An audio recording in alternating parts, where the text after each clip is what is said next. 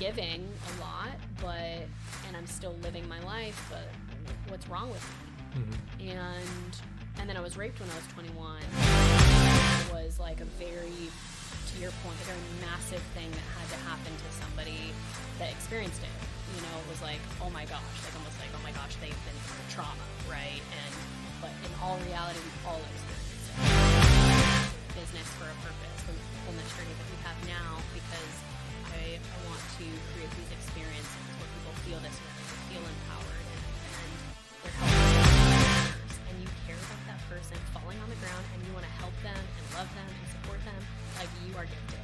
Somebody else, oh my gosh, are you kidding me? Like, you do those spreadsheets so good. Like, everybody needs you in their life. Like, oh my gosh, look at how cool you are. So that's... Before we go to the coming episode, I would like to thank you for your support so far. If you liked the previous conversations and you want to see or hear more of it, I would encourage you to follow our channels: YouTube, Spotify, Apple, or Amazon.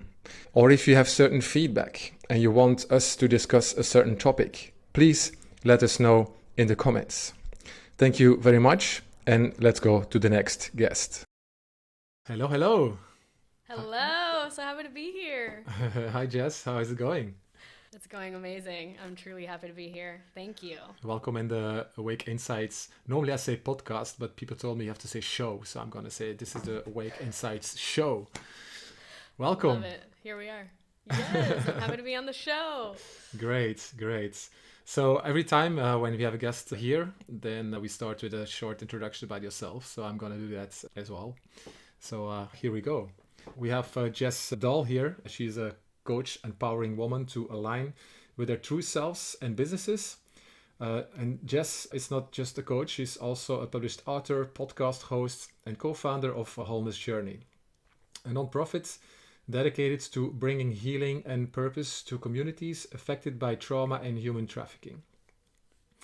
With yoga and other wellness practices and empowerment experiences, Jess is making a difference locally and globally. But also Jess is a team coach. She's helping companies elevate their well-being, reduce stress, and build healthy cultures. Her journey started with dreams of making a difference, leading her to become a hairdresser, fitness trainer, and certified yoga instructor. A year-long mission trip around the world further fueled her passion for helping others and fighting injustice. There's a lot of things, right? That's a lot. That's a lot. So I think we have a lot of topics to talk about in this conversation. What's mostly interesting for the audience is to know actually what is behind this, you know. You achieved a lot of things. You seem like, if I read this, a very busy person, but with a purpose, with a clear purpose. So, so yeah, maybe let's start off and like going a little bit deeper in what's the backstory and of the work that you do. Yeah, absolutely. Thank you. And you know, it's so true. It's kind of on a regular basis, even when I explain, you know, parts of my life, like not even trying to explain achievements, but like, oh yeah, this has been my life and my life journey. And people are like, whoa, what a journey. Like, that's so much. Like, you must know a lot. And look at all you've achieved and da-da-da-da-da.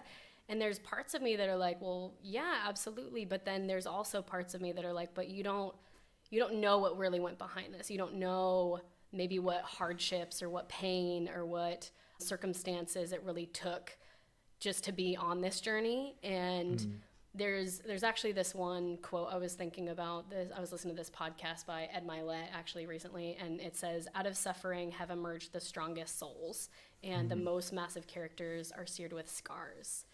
And that's by some like Heal something, I don't know, you'll have to look it up. I heard that before. But yeah, it's so good. And it you know, people, what they don't really know about me, you shared all that kind of stuff, but even growing up, because I was so determined, I actually had massive burnout and lost all the estrogen in my body and thought I had a brain tumor and had to change literally my whole entire life around. And that was when I was 21. I didn't have a period for 2 years, had to, you know, let go and surrender of a lot of who I thought I was and achievements and the doing and what I think is going to be acceptable to society. I also had a nonprofit that I separated with my best friend, and I decided to pass it off, and that was one of my biggest dreams in the whole world, and that was one of the hardest things to let go of. And same thing with another partnership in business, and where most people don't know that, it's like, whoa, you're impacting the world, and that's incredible, but there's a lot of hardship along the way too, even in relationships that you have with beautiful things that you're building. Mm-hmm. One of the hardest things I've ever had to do as well, emotionally, mentally, with a dream. My house burnt down a few years back, and pretty much lost pretty much everything. And still, with working and, having a community and all that kind of stuff is like, wow, what do you do when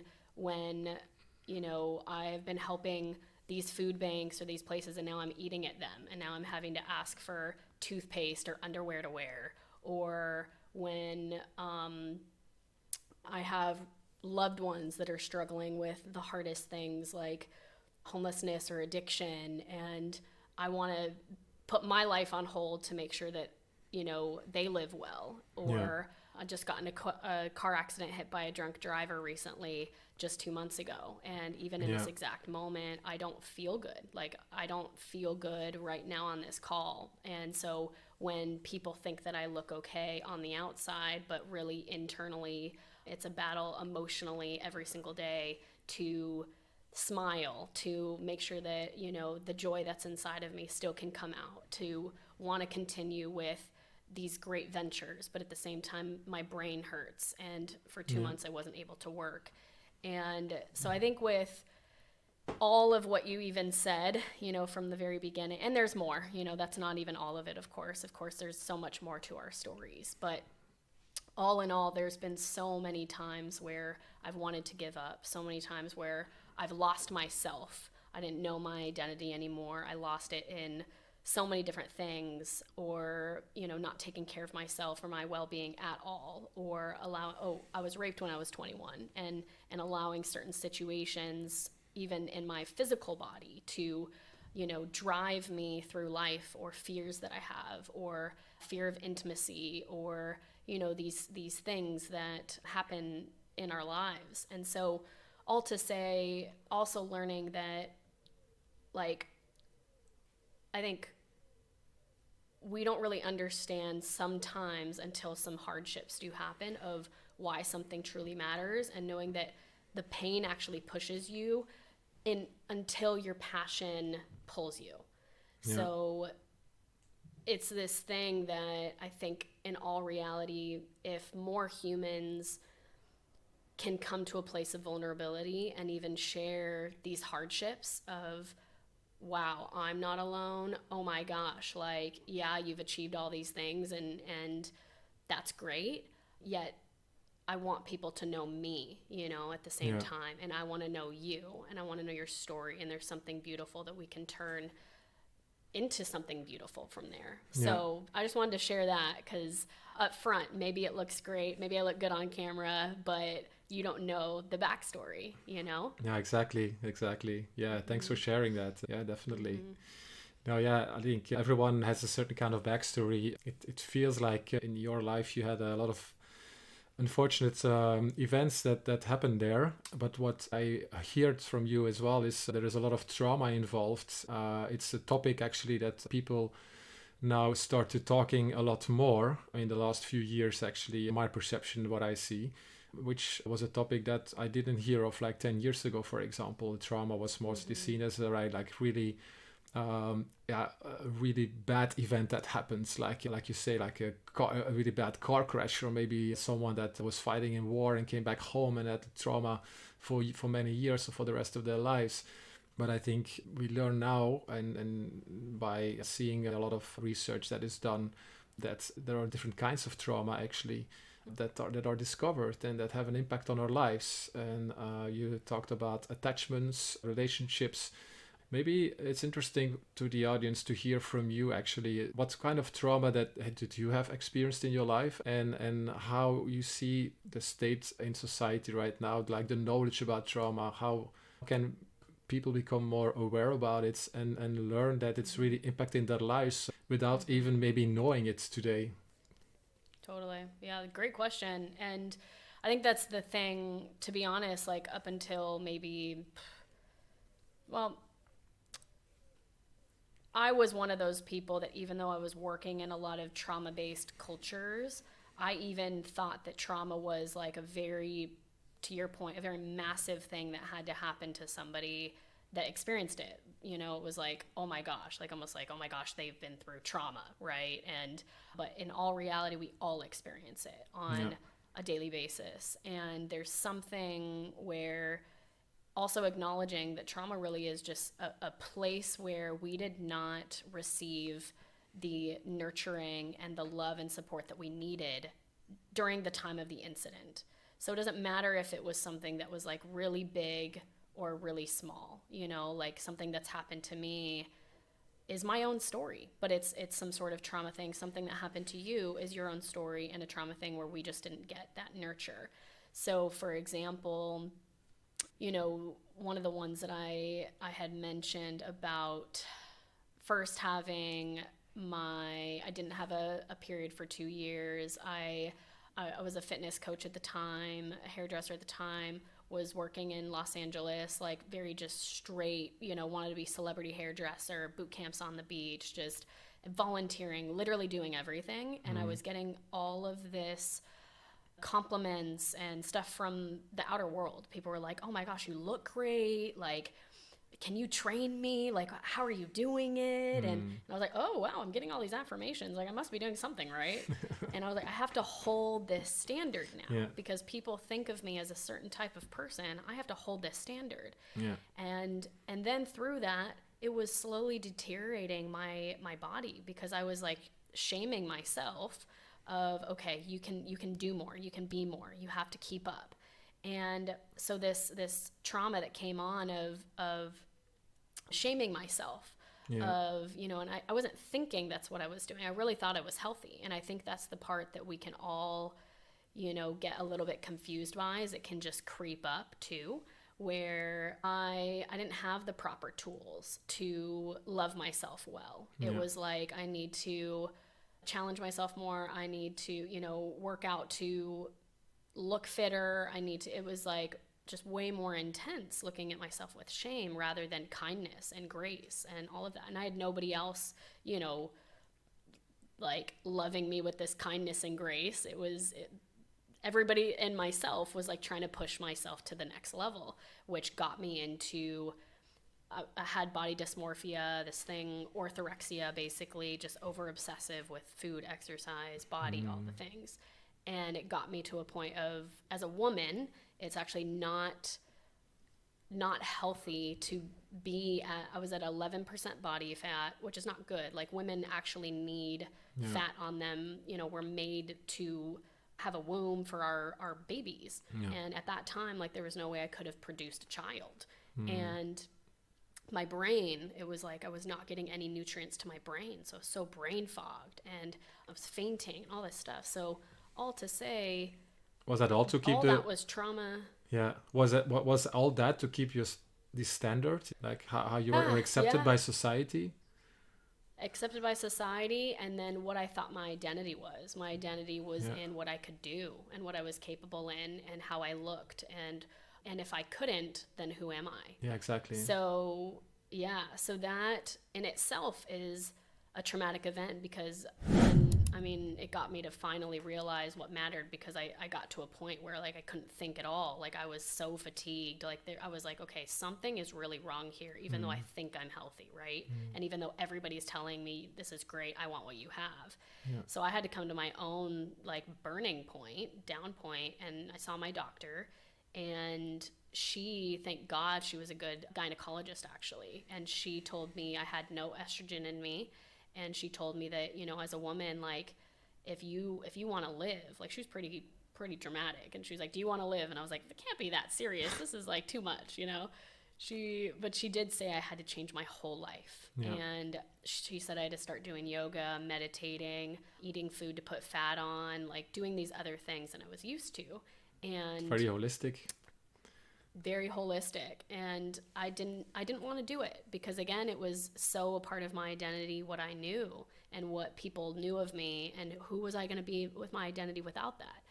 And but through that, I put my body through so much trauma. Like, it now was not regulated at all, and it was not being taken care of for years. Yeah. And so it has been, to be honest, like now I have a very healthy relationship with my body and with my mind and with my heart, and you know, all of it. Yet I can still have those thoughts pop up of like, now with my car accident, of, oh my gosh, if you can't get back up, who are you? If you can't continue your mission, who are you? If you are not able to physically like walk for 30 minutes, who are you? And I have to remind myself of back in the day of, oh my gosh, look at the trauma I put myself through. And like, coming back to that little girl and embracing her and being like, oh my gosh, like, you are so amazing. And it doesn't matter what you do, but like, be gracious with yourself, be patient, be kind. And so all these different practices to be able to do, which I think all humans, you know, we are hard on ourselves. We're critical, I would say, especially for women. We do it all. We think that, you know, society thinks that we're supposed to be the mother and the best friend and cook and clean and, you know, have a business and all that stuff, where it just feels like it's never ending. And so anyway, I think that's just one incident that, you know, it, like, trauma can creep up on, and you don't even realize that that's happening. And then when it happens again, you have to come back and be like, oh wow, I've been through this. How can I continue to nurture moving forward and not come back, you know, to the same place I was? So that sounds like a whole transformation, and I can totally relate to that. How was that for you, actually, to be in an environment where you felt like kind of accepted, but at the same time didn't feel very well, and then making that transition actually to self-discovery? How was that for you in your environment? Did you change environment? Did you stay in the same environment? What about your friends or social life? Can you say something about that? Totally. Great question. So at that time, because I've had I would say 3 proper burnouts in my life, but that was the first one that, you know, really got me on this journey of healing and wholeness and all the things. But that time, at what age was that? What age? 21. 21, okay. Yeah. Yep. Or 20, 22, 21, 22, in between there. So that was after the event? That was,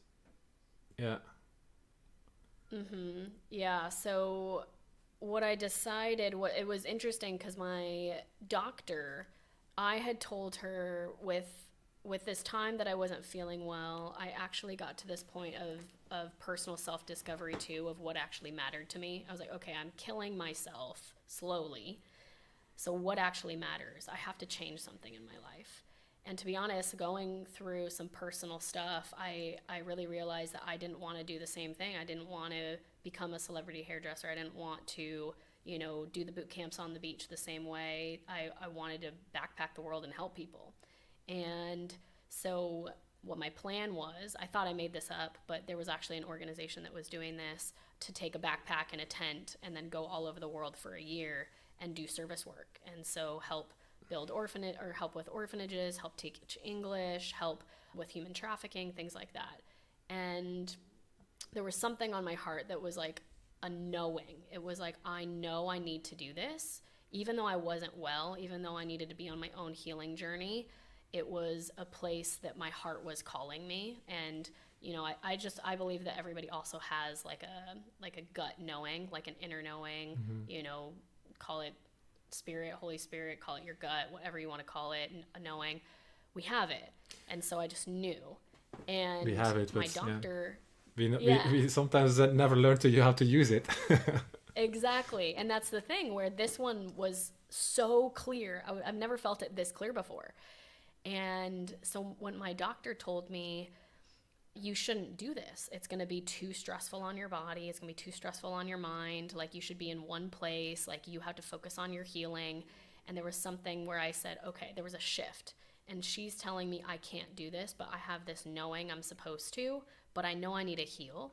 So then I just decided, okay, get over yourself, Jess. Your main job right now is to heal. Yeah. So what do you need to do? I'm going to, so it was a few months of, that was all I did was, you know, my yoga practices, was meditations, was being in nature, was learning breath work, was eating different types of foods, was being kinder to myself. I was practicing all those things. It was very uncomfortable. And at the time I sold everything already from Los Angeles. I moved back in with my parents, and I was leaving in about 4 months to go on this trip around the world. So that was my main focus, is like, let's do that. And so I kind of built up almost this like rhythm of like a new way of healthy practices. Yeah. And even though it was still a little bit difficult, I went on this trip. And the funny thing is I was reading all these blogs about people traveling the world and helping people, but they were not healthy themselves. And I saw this problem, and I was like, I don't think that's the way. I think if we're going to go help anybody, like, we have to be healthy ourselves. Mm-hmm. So that whole year while traveling, I created almost like a healthy living track, we called it. And while I was literally on my own journey of learning about what does it mean to be mentally whole and well? What does it mean to be emotionally whole and well? What does it mean to be physically whole and well? I guided other people on the journey with me to practice it with different workouts, with different food, healthy practices, with, you know, all that stuff. So that way we were coming more from like an overflowing place of giving rather than like an empty place of giving. Yeah. And so that was my journey of like, okay, I was literally living in a tent in Africa, all over Asia, all over Central America, like some of the worst conditions, some like pretty okay conditions, but it was the journey personally that I was committed to, and I wanted to bring other people along so we could figure it out together. So that was kind of the environment that I chose to create, and also what I just knew I needed to be on the journey of, if I wanted to be a better human, and if I really wanted to make a difference in the world, it had to start with me, and it had to start with us. Yeah. Mm-hmm. Yeah, it sounds a very drastic thing to do. So yeah, it's like changing your direction completely in your life and doing something else. So it's the main focus is then healing in this case. Was it also for you a time where you were thinking about, what do I really want to do actually later in my life? Was that clear at that moment, or you really needed that time to find that kind of purpose? And at the same time, I can imagine that before that, you had also a lot of dreams and things you wanted to do in life. Did they change also during that time? Absolutely. Everything changed. I had one of my friends, his name's Brant. He became like a brother to me, and he was on this trip with me. And I remember he told me one time, he's like, I really feel like you're going to do some similar things in the world, but very differently. And I was like, okay. And at the time I didn't get it. I was like, all right, like, thanks for the advice, sounds good. What does that mean? And I later understood. So basically there were a couple instances I remember on this trip, for example, of that changed my life. And one of them was, there was a girl who I'm actually still friends with. I just had a video call with her the other day. And this was, I don't know, however many, 15 years ago, something like that, 12 years ago. She and I met in Thailand, and she was actually teaching yoga in the parks to women that had been human trafficked. And what they would do is just go to the park, and she would just take them through like yoga sessions and like love on them. And they just started feeling different. Like they were like, why do I feel different inside? Why do I like, what's going on with me, And it was bringing out like these new pieces of them to heal, to express, to, find empowerment just in themselves, love themselves well. And I was like, oh my gosh, like, what if I could do that? What if I could like teach yoga to women, that have been experienced with this crazy trauma? And so that was one moment. And then the other one was I was living in this small little village in Thailand, and there was a girl, a woman. She never smiled, and she just kind of was like looked mean all the time. Yeah. And I was like, gosh, I want to like do something for her. Like she looks miserable. And I remember I had because I was a hairdresser, I brought my cutting shears with me all over the world. And so we didn't speak the same language, but I was like, kind of showed her my cutting shears, and I was trying to show her, can I cut your hair? And she just was kind of like this, like nodding her head, okay, whatever, sure. So we go to this little shack area, and I remember in like 15 minutes I cut her hair. We said nothing to each other, but I cut her hair. And after that, she like looked in the mirror and she was like, oh, and she like, starts flipping her hair around and like giggling. And she hops on her motorbike, and then she was like waving at everyone. And she was smiling? And I was like, what? She was smiling? Yeah, she was smiling. She was so happy. And I was like, wait, what happened to the not happy woman? Yeah. And I just realized, I was like, oh my gosh, like what a tool this yoga thing is, what a tool these hair cutting shears are. And then I just started seeing every human that I was with. I was like, oh my God, you are incredible. Do you see how you're a nurse and you care about that person falling on the ground and you want to help them and love them and support them? Like you are gifted. Mm-hmm. Somebody else, oh my gosh, are you kidding me? Like you do those spreadsheets so good. Like everybody needs you in their life. Like, oh my gosh, look at how cool you are. So that's all I wanted to do, was basically bring out people's gifts, because I was like, what a gift if everybody saw what was in them, and if it was actually activated and they saw that, then they could make a difference in the world. So that's what I knew that I wanted to do. I was like, that's all I want to do now. And so I didn't really know what that was going to look like, but I just kept pursuing it, meeting up with people, like telling them how amazing they were and giving them ideas and whatnot. And all to say, through that, I started my first nonprofit, the one that I had passed off. But it was like, okay, like now I want to empower people in the beauty industry to make a difference in the world. And then started my second business for a purpose, the wholeness journey that we have now, because I want to create these experiences where people feel this way and they feel empowered, and they're helping give to the world, and people are receiving, this level of support. And so all to say, it's now, it has always kind of been the same heartbeat. Like I've always, even from a young age, like I look back, because I've done a lot of work on that, I've always cared about people. I've always cared about internally about them, and then that every person has a dream to their world and how to activate that. And so it's funny how I've noticed it's always been the same, but then the vehicle has always changed throughout life. Mm-hmm. And yeah, but it changed my life, those few instances, to realize what I was personally made for. Yeah. Have you discovered some patterns in your life that you could break, that impacted your life for a long time? Like what type of patterns do you mean? Yeah, some repetitive behaviors or things that you do in relationships that are not really serving you. Yeah, these are typical things, I think, that come up in a healing journey. Yep, totally. Yeah, a really big one that I've had to deal with over the past years has been, I'm one of those type of people that I'm a very collaborative type person, and especially if there's somebody around me that's like has a similar vision or a similar something, and all of a sudden we're like either best friends or we want to create together or something like that. And along the way, I have realized that I was extremely codependent in a lot of ways, where I was told I was rocks for people, like as if I was like the glue that keeps them going, or the glue that keeps us all together.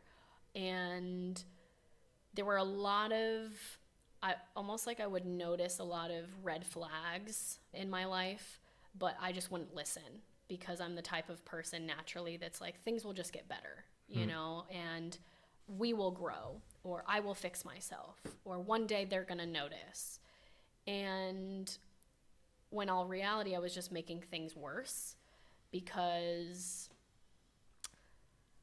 I either stayed too long in positions that I think were just supposed to be let go of long time ago. And I just kept giving the benefit of the doubt. So now I've had to deal with this thing of, you know, thinking that like the amount of times that I'd been, you know, hurt by people, I thought that maybe, okay, I need to like close myself off and just not give people my energy, my time, you know, all those things. Yet I knew at the core, and I've had other people remind me of like, no, like you are created for collaboration. You are created to do life with people. And yes, it's messy, but also you don't need to go in with everything of rose-colored glasses, like everything's going to be great, and then, you know, give it your all and drain yourself, you know, thinking that things one day are going to get better. And now I just have really realized that I do need to just listen to red flags before they turn into really big fires that burn everything down. So, and that includes, I mean, even for example, with having a couple partnerships that didn't work out, which is okay. Like, it's actually really, really good. They all, you know, have served our purpose, but realizing different things of like, okay, like you can base things off of conversation, but have things in writing, and that's okay. And like everything communicative, like, you know, we're all living our own reality, but what you think might be different than what I think. And like, let's just write things down and kind of take your emotions in your relationship out of maybe the business venture that you have. Yeah. It's hard to do when you're doing impactful work, but just realizing that, you know, it's okay to let things go before they get to a point of like last resort, final straw, you know? Yeah. So it's a sticky one that I have had to deal with of like, okay, why does this keep happening to me? And it's like, oh, it's because I really want the best for everyone, and I really just believe in all the possibility, but sometimes it's just not, it's more than that, you know? Yeah. There's deeper things that we have to be in alignment with and like let go. Even if you want something to work so bad, you can let go. Yeah, definitely. Yeah. And then afterwards you will see that it's probably the best decision you could ever take. And then new things come on your path. So yeah. Exactly. No, it's turned into the most beautiful things, the best decisions ever. But yeah, to your point, the pattern I saw was like waiting too long, like just hoping that things would turn, you know? Yeah. I see when you're involved in this different projects or engagements or whatever you can call it. I think they can only be successful if you're really good in connecting with people. And yeah, is that for you something that was always okay? You could do that. You feel like you're really a people connector. How do you say that? People connector? I don't know. Yeah, connector of people. Yeah. Yeah, something like that. Yeah. Or you feel that there were times that it was more difficult for you because all the traumatic experiences that you had. Good question. Well, I do believe so. I've talked to, even I've asked like my parents questions of like, who were we when we were young? You know, like what attributes did you see in your children?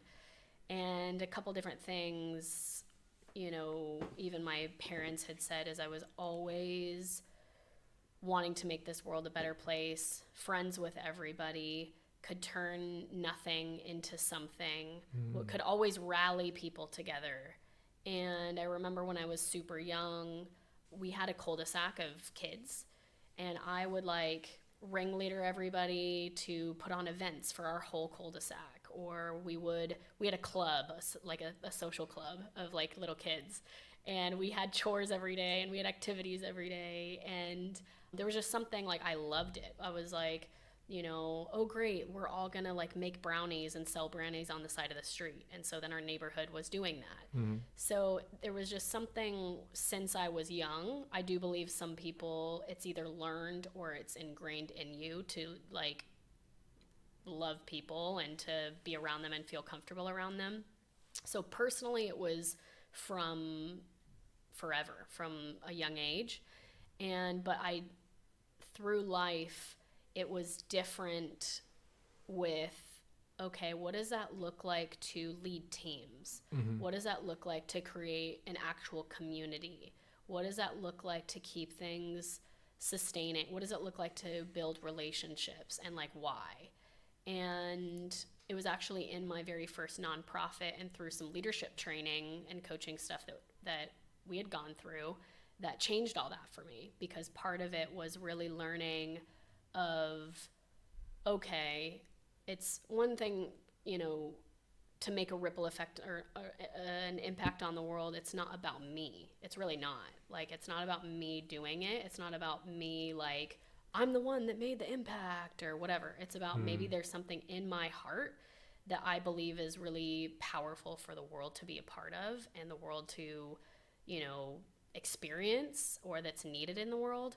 But it's going to take a lot of people. It's going to be like, sure, I can maybe share the vision or the energy or something, but then you have a gift that I don't have.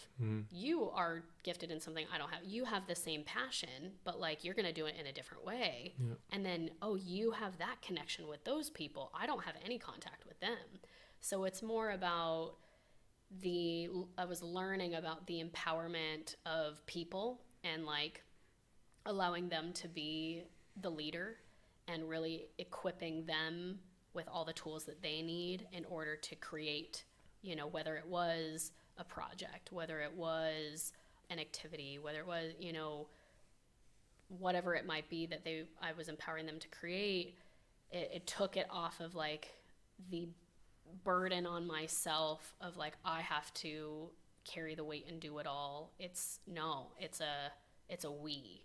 Yeah, exactly. And yeah, so connecting with people, like really wanting to know them, because if you don't know them, you want to put people in places that they're going to shine and they're going to thrive, and not like what is in it for me, but how are they the ones that are how it's fulfilling part of their dreams, and it's fulfilling the bigger mission.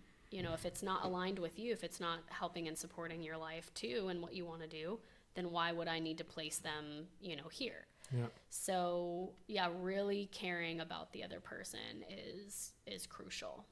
Yeah, that's definitely a beautiful insight. Me also, coming from an environment that is very competitive, always trying to be the best, always try to perform. It doesn't always make you like the person that is the most empathic and good in relationships. That's what I recognize from it, and I also had to learn along the way that seeing all the good things in other people, and the talents and the skills and the personalities and the differences and the uniqueness, and see it in a way like, as a whole we can do so much more. It's all about collaboration instead of competition. So that's a whole other perspective of looking at people in society. Definitely. Yeah, totally. And I think that's the thing too, with even in the beginning, why I brought up all that stuff of like, okay, great, like, I may have achieved all these things and do some really cool stuff, and to be honest, I love it all, I really do, but there's so many stories behind the human. Like, whoever maybe you work with or in relationship with, they have a story like you do. We just don't know. And most people are not willing to ask because whatever reason, because it's not what culture says, because they're too afraid to get too deep, because but at the end of the day, that's also what's going to build trust. That's going to build trust with your team, that's going to build trust with different relationships. And the amount of times I'm just sitting there and like people spew whatever it is, all of a sudden we have this stronger connection. And that, not to say like that's why I do that in like my work or whatever. It's just very natural. Yeah. But people then all of a sudden are like, oh my gosh, I feel safe with you. I want to be a part of what you're doing, Yeah. or I want to work with you, or da da da da. And so it just shows. It's a byproduct of when you truly do just genuinely care. Yeah. Then look at what happens. You know, when you get to know someone's story, the influence that you can have on their life. Yeah. Yeah, I can totally relate to that. Yeah. Which is not always awesome. so easy to do. And it starts first with yourself, loving yourself, and learning more about yourself before you'll be able to do that with others. That's just my experience. Yeah, totally. So tell me a little bit about, I'm not sure if that's correct actually, but what you do right now. Actually, you're coaching a woman to align with to be more aligned with themselves and the business and their life and everything that they do. What is your relationships towards men? Do you feel like, okay, I have no problems in collaborating with men, or was it a conscious choice actually to work more with women, and that you maybe feel more safe with women in your life? I'm just a bit curious about that part. Totally. No, that's great. Okay, there's a few different things to this. One is, actually, I love men. I really do. And I would say, so I've always been a very independent woman where, for example, like my very first boyfriend, 18 years old, you know, it was like I was living my life and I really liked him. And one day he wanted to break it off and he said, Jess, like, you don't need me. Let's break this off. And I was like, well, what do you mean? Like, I mean, yeah, sure, I don't need you, but like, I want you. And I didn't understand it at the time. I get it now. But understanding like the male and female dynamic of men love to be needed, and women, for me, very independent type of woman that is like, you know, I grew up in a place of learning to be able to do it all, figure it all out myself, that no matter whether, you know, man or woman, like I could do it, and I don't technically like need a man to like help me. And so realizing that over the years, I really did focus on this very just, you know, I got this kind of thing. And even from like romantic relationships, it felt what I was experiencing was a lot of what was in it for them. Like I didn't really have many people that actually really cared about, like I could feel could like really genuinely cared about me. It was more like when it was convenient. And both romantically, things like that. Friendships, I would say, was different. Like it was a very reciprocal, but romantically was pretty tough. It was like, I don't know, I'm like, you know, giving a lot, and I'm still living my life, but what's wrong with me? And then I was raped when I was 21, and that was a situation that I, of course, didn't see coming. I was drugged, like they gave me a drug, and then blacked out, didn't remember much of anything, and woke up and like I knew what happened and felt so much shame and so much guilt. So I didn't tell anybody for years, like literally nobody. And all to say, like I think a few different things got me in this place of like, I always knew that the desire there was, I didn't think like all men are bad, or both in relationships or partnerships or anything. I didn't think that, but my experience was I didn't know what it could be like to be in a healthy relationship or partnership, romantically or in business or anything. And so I kind of went through, you know, about 10 years of just like focus on my own life and self and building my own business and all the things. And yeah, having, whether it was friendships or in my last business partnership, like not understanding what healthy actually meant. And that's been a long process of almost like I had this thought of like, okay, one day things are going to be healthy, or one day it's going to, like, I thought that it had to feel hard, almost like I had to work really hard for like a healthy kind of relationship, both in, you know, either romantic or in business. And I honestly just truly thought that that's what it was, because that's what I had been experiencing for so long. Yeah. And I also felt that, okay, I don't relate as much to men. Like, yes, I can understand them. I'm very fascinated by it, have studied quite a bit about men. And, like, honestly, in the future, I kind of feel like I'm supposed to do work in relationships later down the road. But yeah, I think that through all of that, just thinking it needed to be really difficult. And what I've learned through honestly letting go of a lot of relationships, whether it be, you know, friendship, whether it be romantic, whether it be business, where it's like, whoa, it actually doesn't need to be difficult. Like, it can be reciprocated, where as much as you put in and as much as you know, communicate, it's all received back. And they can do the same. And we have this beautiful duality in masculine, feminine, you know, ways of being, that we can actually support each other really well. So where I'm at now is I actually don't. The good news is, even with like my past of having, you know, different partnership fallouts or breakups, or not healthy romantic relationships or friendships, I actually am very open. And I think that has to do with just the continued work in my heart and the continued work of my own past of, okay, like, that's a trigger. Like, if I notice something come up and I'm, you know, afraid of something, I'm like, okay, this is a story that's coming from this experience over here, or from this person. And so I cannot expect this other new human being to operate in the same way.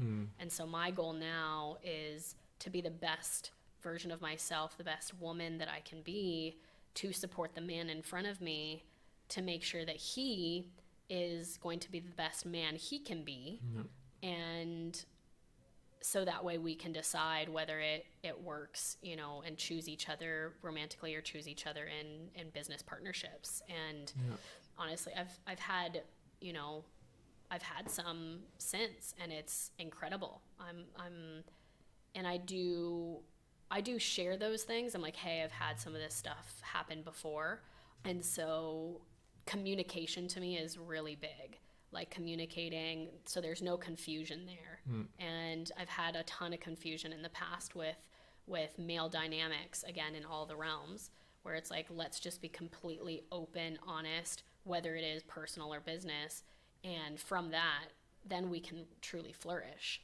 So, but yeah, I think, and that's a big topic too, where it's like, I think in a world where, you know, there's a lot, like the feminist movement, or I'm not, you know, against anything or anyone, but I do think it's more of how can we look at men as who they really are, and supporting them, and really getting to know them in like their masculinity, and what allows them to feel the most masculine, what allows them to feel like they can provide, and they're the hunters, they're the gatherers, they're the providers, they're the ones that want to be the stability for the woman, and for the woman to understand that, and to like encourage him in that. And then for the man to understand the woman, of like her needs, her desires, allowing her to flourish, and being able to hold her in all of that, I think is so key. And it really works literally in both relationships and in business. And I've seen it both, where it's like,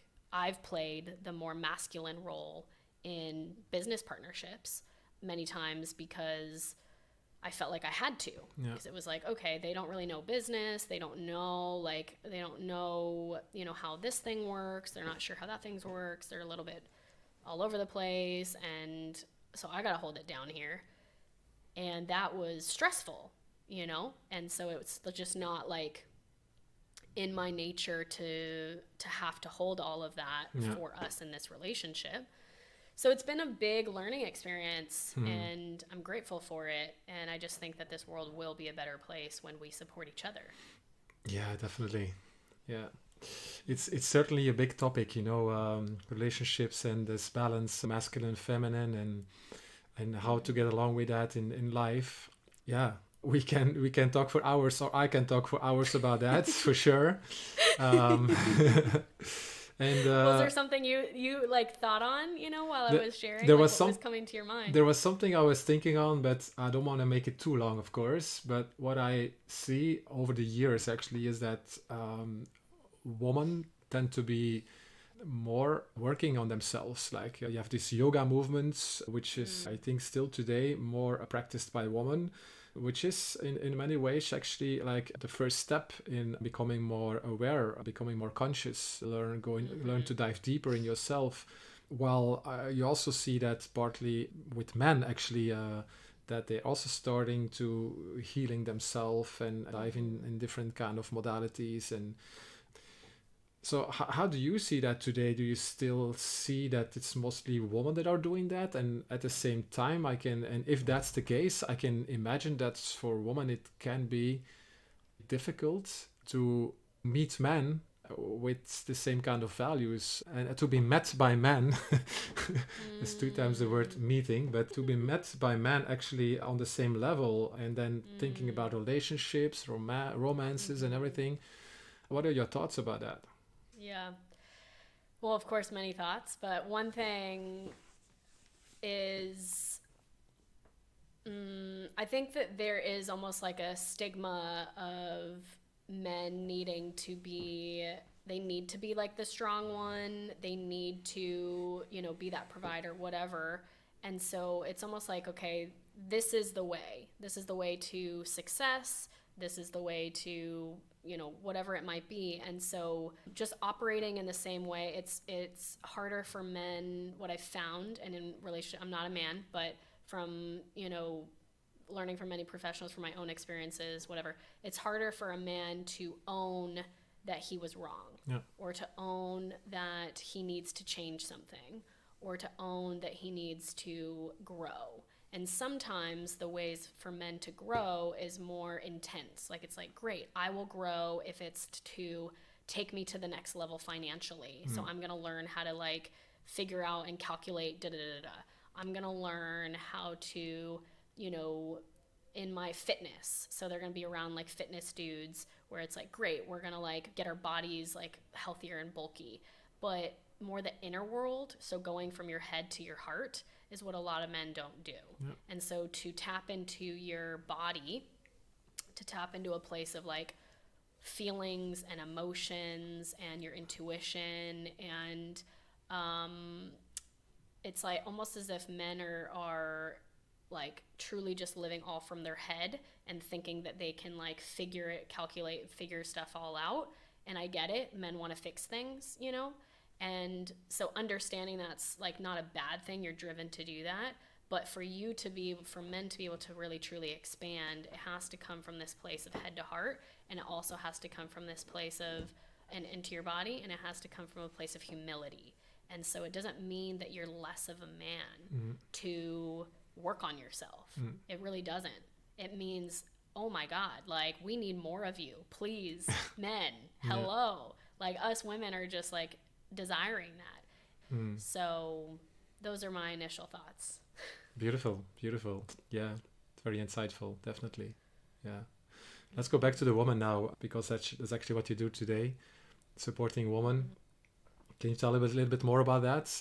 What does that entails? What kind of woman are you working with these days, and how can you support them? Yeah. Totally.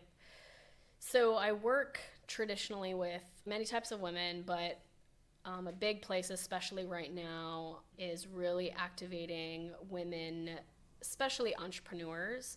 But again, I see all types of women, but women that, kind of even like myself, you get so caught up in life, you're moving fast, or you've kind of gotten to this point of, whoa, what actually matters to me? Like, who am I? I've been living this whole life for so long, but like, I got to take a pause and like really look and align with me. Alignment, is, for example, if you could imagine your head, your heart, your spirit, your body all connecting, like, that's alignment. And so imagine a woman, it's like her head is over here, but then her emotions are over here, and then her heart's over here, and then her body's over here, and then her spirit's saying something else. It's all kind of disconnected. And so to come to a place of what does that look and feel like to be alignment in those areas, to take true care of yourself, like love yourself so well. And that includes so many things, whether that be your limiting beliefs, whether that be past traumas and triggers, whether that be, imposter syndrome and you can't move forward on stuff. So we work on the whole individual there, and to empower you and train you to make sure that whatever it is you're building, if you're building a business, a nonprofit, if you have one already or you're starting one, that you are the best version of you. And I teach business. Like I've done a lot of different things where in entrepreneurship of, great, you have this vision, how do we expand that? Great, you have this idea, how do we start that? Going and making things actually tangible. So actual business practices. I do one-on-one. I have a mastermind that's a 6-month program that we go through ins and outs of personal and business related everything. So if they are somebody that's like, I have this dream in me and I want to start it, great, I can help you. If you're like, I want to realign what I've already built and make it more purposeful and more impactful, great, I got you. And if you don't know business and you've created a big thing before, great, I got you. So it's really the whole person in your personal life, business life, one-on-ones, group coaching. Yeah. Yeah. Yeah. Now, in the coaching business, it's very typical that people feel that they don't really need help, that they can do it all by themselves. And I think that's a big step for a lot of people. What would you say to the audience that is listening? Okay, if you ask yourself this kind of certain questions, it would be maybe a good time actually to find support or to get support by someone. Yeah, ask yourself, do you feel purposeful every day? Like an everyday thing? Do you feel like there's something that is almost just like missing in your life? Like, do you just feel like something is missing? You might not know what yet, but something's missing. Do you feel like you're trying so hard to like grasp for something from external to fulfill you? Do you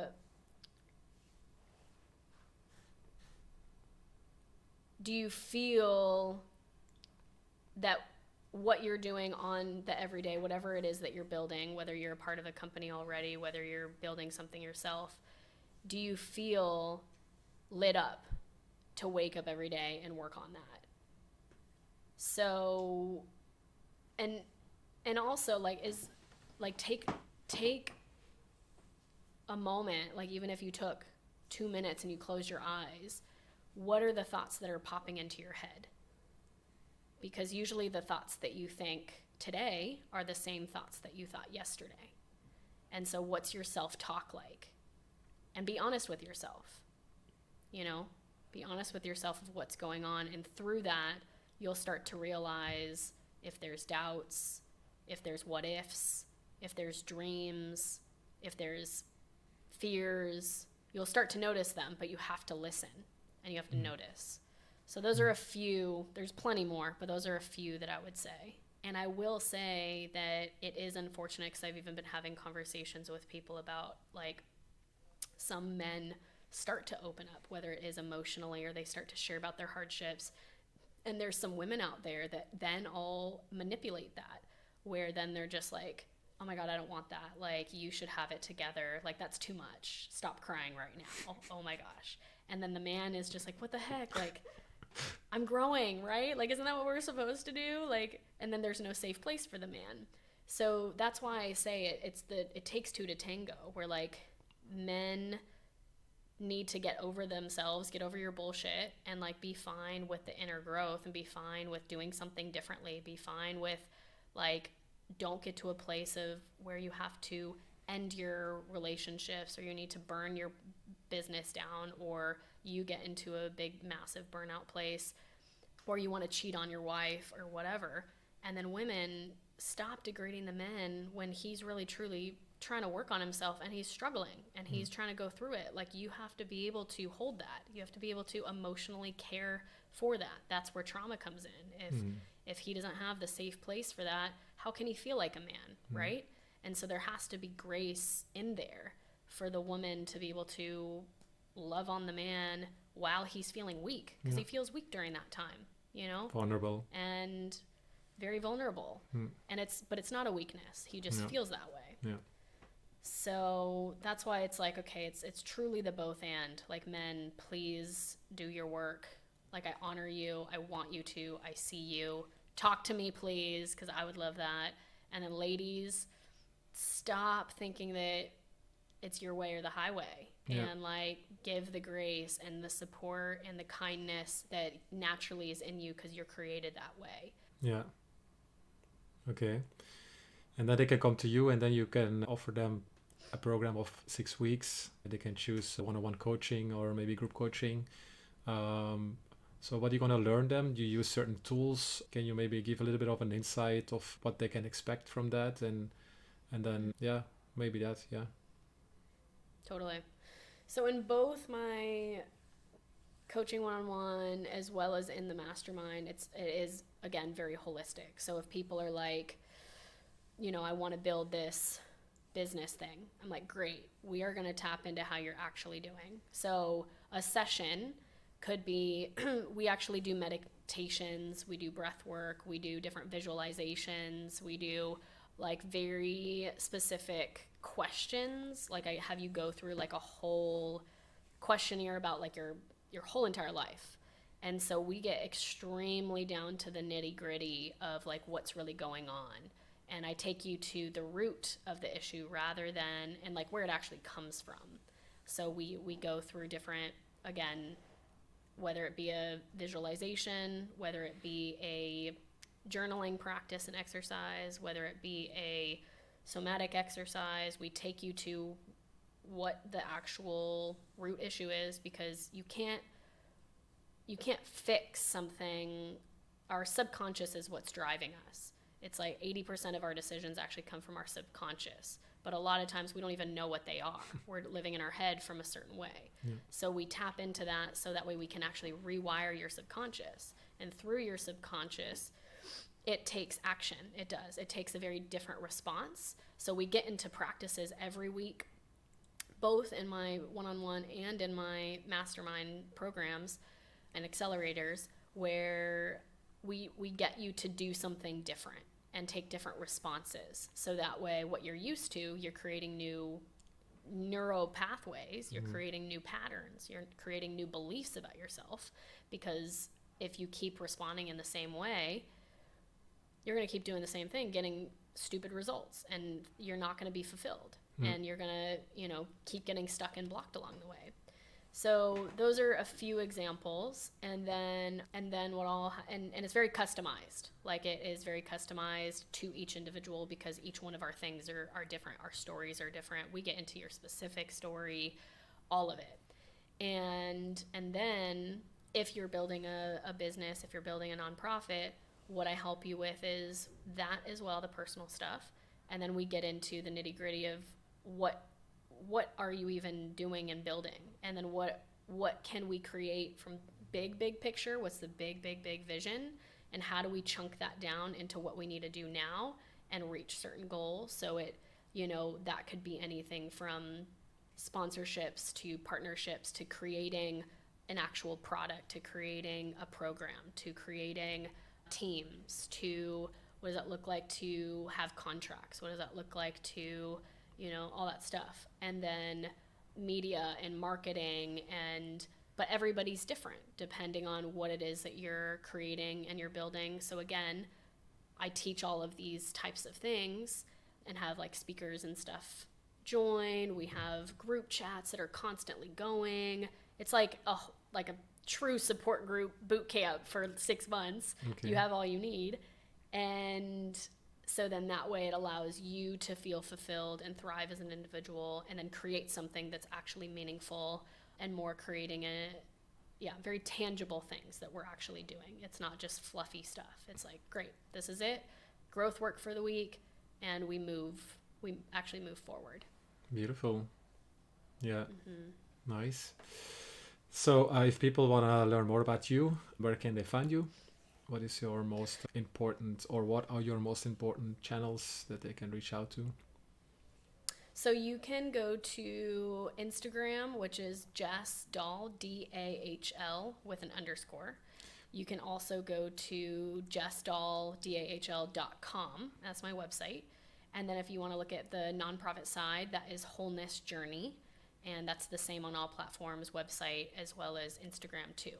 And so, yeah, I just believe if you're in a place that you're ready for the more, and we can discuss what the more for you is, I have all the options of how to help you in the more for your life. Yeah. And people can always step in, or is there like a waiting time, or what is it? How is that? Well, for certain things, for example, if it is a specific program that already passed by, there's a wait list. There are things that people can always join in on. So I have something for everyone. If it's a retreat, then, there are wait lists, or signing up for the next ones. So yeah, there's always something for you. I would say let's have a conversation, and then we can really get to know who you are, where you're at, what you need, and then figure out what's going to be most aligned and fit you best. Okay. Clear. Before we closing this, is there one last message that you want to share with the audience? I think just what's on my heart right now, because it's what I'm going through, and a reminder fully to myself of you are your greatest investment, and really truly let that sink in. Because, for example, getting in this car accident, my main focus the past couple months was to heal, even more than my work, more than other things I was doing. It was like I needed, if I'm not my best and I don't go through these steps, then I'm not great for anyone else. And so just be honest with yourself of, are you investing in yourself in the way that is truly needed right now? And get the proper guidance, get the proper support. We cannot do life alone. I feel very vulnerable in a lot of ways. I'm, asking for support and stretching myself in ways that I haven't in a long time or ever before. So just know that that's okay, and stretch yourself, because people want to support you. And yeah, so just remember that. Very beautiful. Yeah. It's a very powerful message. Definitely. Yeah. I really enjoyed this conversation. Thank you for being here. I really admire your work that you do, and also that you're telling your whole story here in this a little bit over the hour. I'm sure there is much more. Maybe we can do that in another episode. Who knows? Yeah, let's do it. Yeah. Let's do it. But yeah, I love it. Thank you. I'm very thankful for you to be here, and I wish you a lot of success with all the project businesses and everything that you're doing. And thank you. Yeah. You too. Yeah, I'm glad that you have this. Thank you so much for having me on. We'll have to do another one. Yeah, definitely. Talk about. definitely. Yeah. So yeah, thank you very much. Thank you. If you liked this episode, please follow the channel or click the notification bell to get notified when a new episode comes out.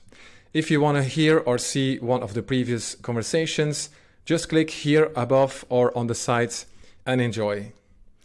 Thank you very much, and see you on the next episode.